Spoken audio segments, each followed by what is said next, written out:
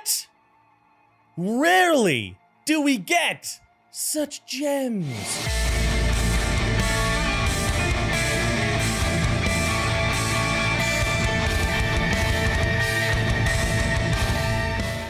What's up, you silly salamanders?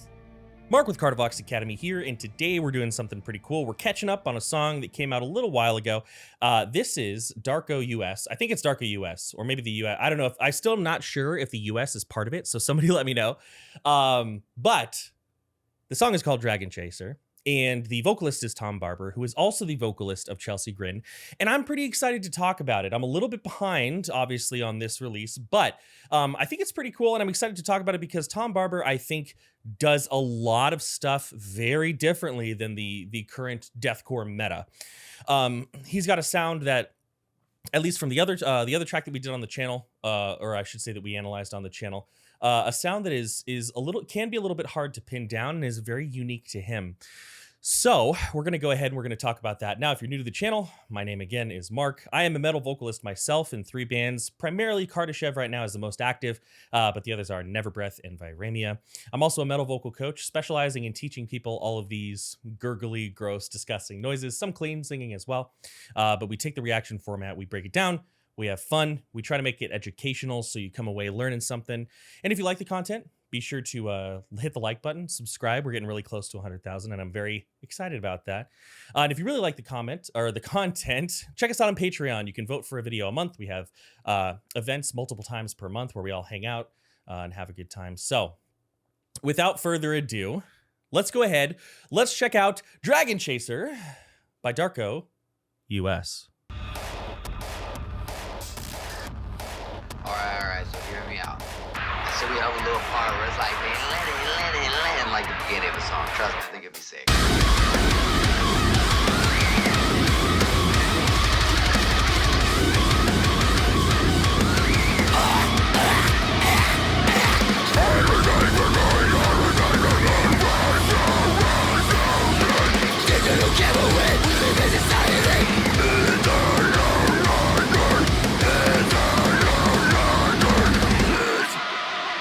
Yeah, so weird, good, but weird. We could hear kind of a transition happening there. So I think this is a good time. First and foremost, opening highs are awesome. Opening highs he did are phenomenal. I really like Barber's highs because they are super relaxed. They're super relaxed and forward. So a lot of times when people try to make a high vocal, they'll do something very similar to pulling your chest up and like pulling your chest voice up into your head for clean singers, right? Like if we've got a comfortable note here, hey, and then we try to glide it high, a lot of times people will, hey, right, and they're squeezing on that note. People will often do the same thing with high vocals. And in fact, the method of moving high vocals is very similar to clean singing. What we want to do is we want to access resonance space, change the timbre and the placement, and leave things predominantly relaxed. So he has this really cool, like coughed, just kind of showing like a parsed glissando, I guess we could call it a staccato glissando. Is that even possible? I don't know. But basically pulling each one of those screams a little bit higher. He's also got a lot of mouth articulation, right, which is really, really cool. Then he bumps into that vocal style that, to be quite clear, is a little strange. I love the way that it sounds, but it is not a deathcore sound that you hear, at least to my knowledge, from many other bands. It's very interesting to me because it has a slow rate of distortion, and yet we hear really consistent true chord phonation underneath. This tells me that the distortion is happening pretty far away from the actual vocal folds, which is pretty much how we want to do it, right? We've got like this sort of sound going on under like a slow clicky, like I'm just going to take a stab at it because this is not a sound that I make, right? Underneath, like if I was to separate that from the distortion, like a like maybe that sort of noise, it's really interesting. Then he had sort of like this breathier scream. We're gonna see if he does it again, just because I want it to be a little bit more fresh in my memory before I talk about it. But let's keep going. Very fascinating stuff so far. Also, the song is groovy as hell, so hell yeah.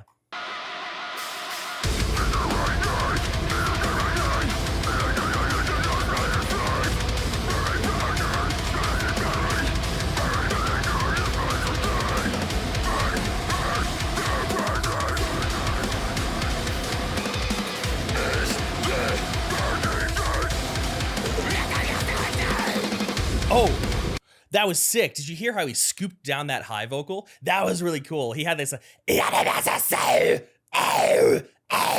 right? That is a really cool thing that you can do, and it's pretty impressive when you hear people do it right. Admittedly, it's not necessarily like the most like crazy like shift, resonance shift that's out there, because that's really what deathcore is. Deathcore is a big game of vowels and resonance shifts, right? Vocally speaking. But still maintaining a forward driving projected sound while pulling the distortion down warm. So you're here, you're very bright timbre, and then you pull it down, still in the front, is really cool. He also had a really cool timbre change with his mids. I actually want to go back, maybe like, I don't know, 10 seconds, and hear that difference, and then we'll keep going. But a lot of good resonance shifting, a lot of really good stuff here.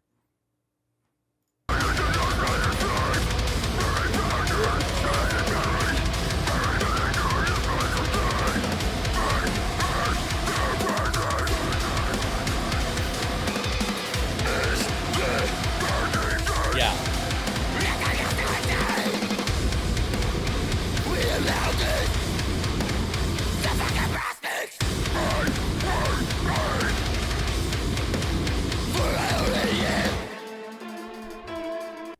This song is like built for reaction videos. There are so many nice little pauses where I can clearly tell it's an okay time for me to do this. Yeah, so that really breathy tone that he's got going on is pretty cool. And this is an example of another vocal style he's doing that is, in my opinion, quite different from the meta. So to me, it sounds like he's got kind of a purposefully, I say this in a good way, a purposefully lazy embouchure. Hey, right there, like that. Hey, right there, like that. I'm sort of articulating. It's like I'm Sylvester Stallone. Terrible impression. I'm not a good impressionist, but we can use impressions to get a handle on our metal vocals sometimes, right? So it's almost like we've got this like Sylvester Stallone, hey, bass placed up here, right? And then he just sort of screams like this. It's like, to me, it sounds a lot like the Psy, the old school false chord Psy. This is like a MySpace era exercise. Plus Sylvester Stallone, and then I do my vocals right here.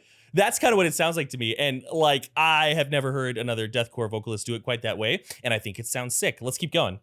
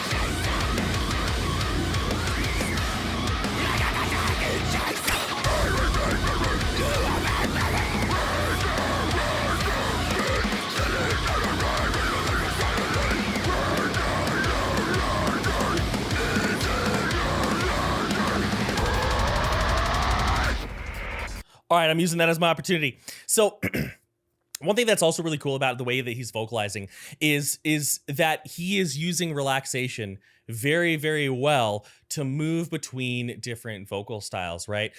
A lot of times when we hear metal vocalists, deathcore vocalists, and this, by the way, what I'm about to say is not me saying that this is bad or this is not a good way to do vocals, or if you do vocals this way, you should change how you're doing it, because I think sometimes we think of metal vocals a little bit too much that way, and I'll leave it there.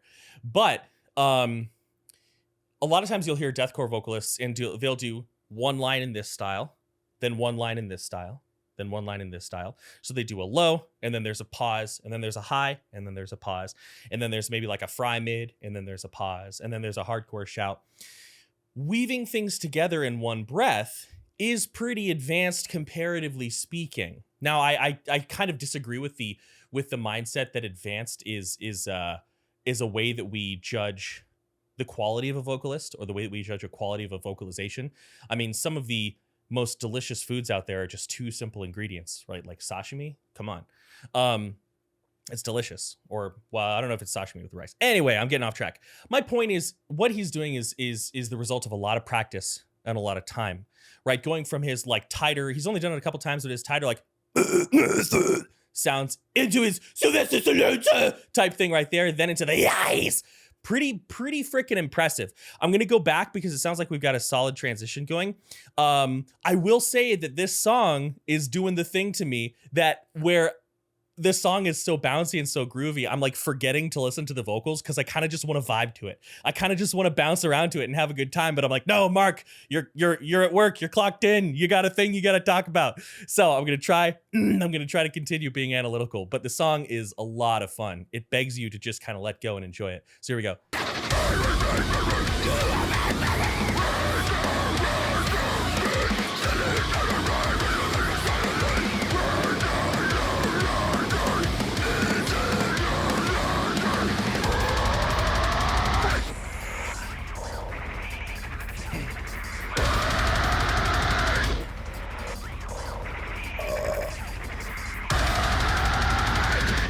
Sick.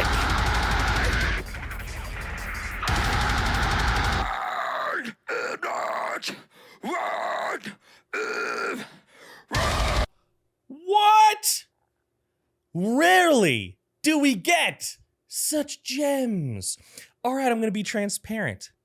One thing that's difficult about analyzing vocals in reaction videos, hearing them for the first time, is that oftentimes, you know, as a vocalist myself and you know, as somebody who creates music, I know that I'm listening oftentimes through like 2 to 3 vocal layers with varying levels of compression, panning, reverb, delay. It's very possible with a lot of vocalists, like Signs of the Swarm seems to do this a lot, where there will be one fry, one false chord, and then a belted like gritty layer. And you're like, I don't like, it's sometimes it sounds awesome. I'm not saying don't do that. If it sounds good, do it.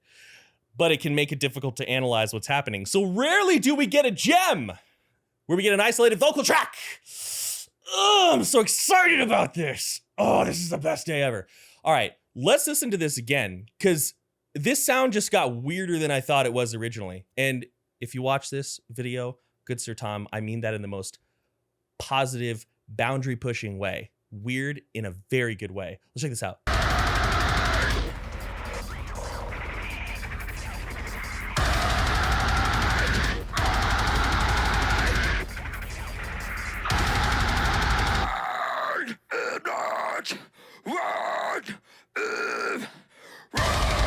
Okay, so there's a little less true chord phonation than I had initially heard.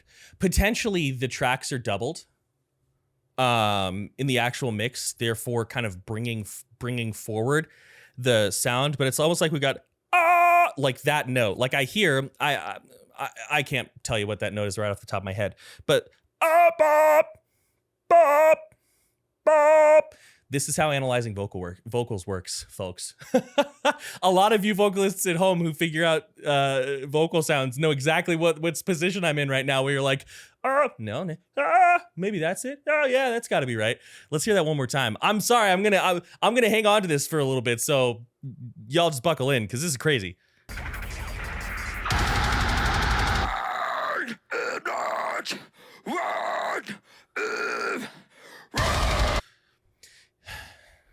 I'm so back and forth on this. I'm so back and forth. I'll tell you this much. For me to say definitively what's going on here, I would really have to have some time to sit down with it. Ideally, even talk with him about it. A lot of people would say that this is a fry sound. Maybe. Could be. It certainly doesn't have that power fry tone. The tone that you get from bands like Fit for a King or Carcosa. Right? It certainly doesn't have that. We can also hear from the way that he's breathing, the way that he's exiting the vocal, that he's utilizing pressure buildup underneath the glottis. That's not inherently bad, although I will say it takes a little bit of muscle strength to be able to maintain that. Building up pressure beneath our vocal folds can be a good way to create tones. However, the vast majority of people think they need way more pressure than they do. And a lot of people will do it before they've built up the strength to control it. So like it shouldn't make you dizzy. It shouldn't give you a headache. It shouldn't make you feel like you've got pressure underneath your head, right? It's the difference between A. The second one has more pressure underneath my vocal folds, but I could do that all day. And sometimes I do that all day in lessons, right? So I'm just going to kind of play around with it here a little bit. If you want to skip forward, you can. I won't take it the wrong way. But like that's kind of a low state of rattle, but mine has more of like a TV static sound. He has a very distinct click, click, click, click, right?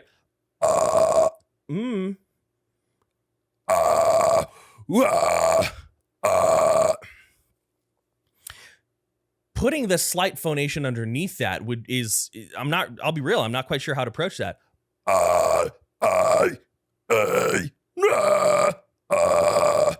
I'd have to play around with it, but to me, that feels like a very slowed down arytenoidal distortion that's also utilizing like my soft palate and my uvula. I can feel my uvula kind of going like flop, flop, flop. Take this with a grain of salt, because I'm just kind of playing around with the sound now. This is like the first time I've ever done that.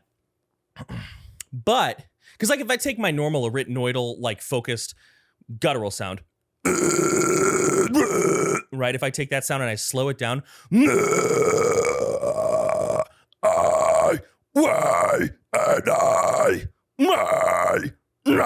okay. Oh, pulling your tongue back really helps.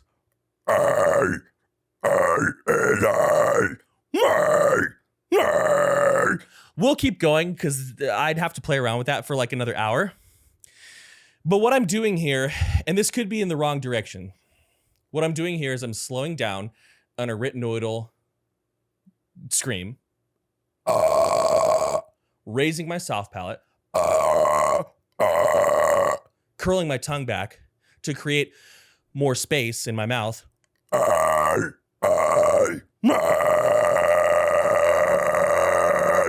And that's the sound I've got so far. I think it's close. But I'm not quite confident it's there. Anyways, let's hear it one more time and let's keep going because we got a song to listen to, right? Blah!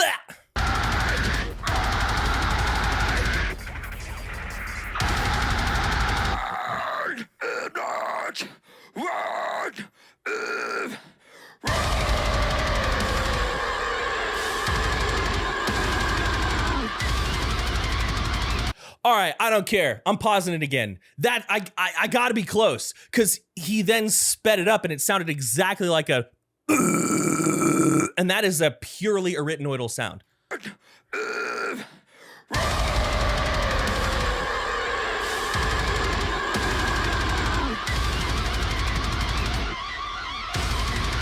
I'm willing to say I'm wrong, but I think I'm mostly right.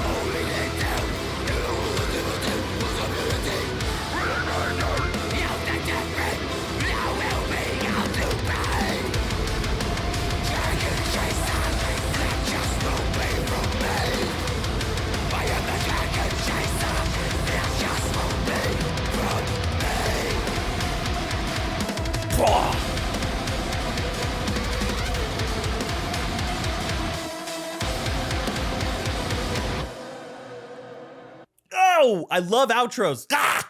I want to listen to that one more time just because that dum, dum, dum, dum. God, that's sick. It's sick. Ugh.